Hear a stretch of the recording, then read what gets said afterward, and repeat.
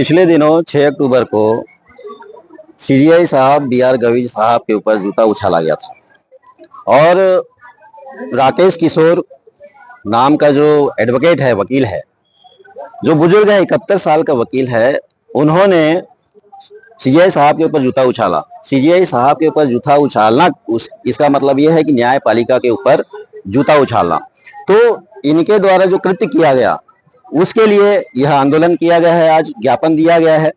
और दूसरी चीज, जो अनिल मिश्रा जो है, ग्वालियर में एडवोकेट है, वो उसके माध्यम से संविधान, जो भारत का संविधान है जिससे पूरा देश चलता है, पूरा देश इस संविधान के माध्यम से चलता है, इस संविधान के अनुसार चलता है, इस संविधान में जिसे महिलाओं को आगे बढ़ने का अधिकार, उनको शिक्षा का अधिकार और न जाने ऐसी बहुत सारी चीजें हैं जो इस संविधान से चलती है।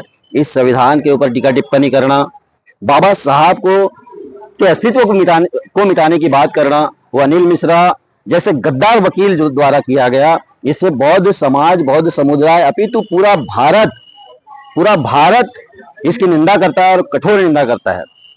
उसके बाद जस्ट हाईकोर्ट जो बिलासपुर का वकील है, जो सरकारी वकील है, सतीश गुप्ता, उसके द्वारा इस अनिल मिश्रा की बातों को प्रसन्नतापूर्वक उसका समर्थन करते हैं, जिसका विरोध हम ये पूरे छत्तीसगढ़ का बौद्ध समाज करता है। और ऐसे वकीलों पर यूपा SC/ST एक्ट के तहत कार्रवाई हो और त्वरित इसे जेल में डाला जाए ऐसे लोगों को।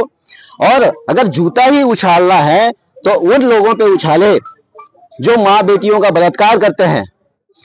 आसाराम बापू, राम रहीम, चिन्मयानंद और न जाने ऐसे कितने नेता हैं जो गलत काम करते हैं, ऐसे लोगों पे जूता उछाले। इनकी औकात होगी तो ऐसे लोगों पर जूता उछाल के दिखाए।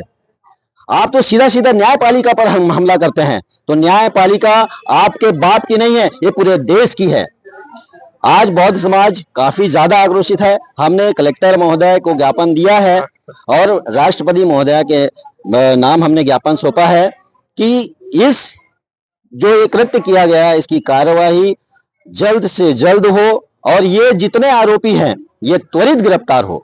शुभ नाम बताइए। मैं राजू बारमाटे, बौद्ध कल्याण समिति।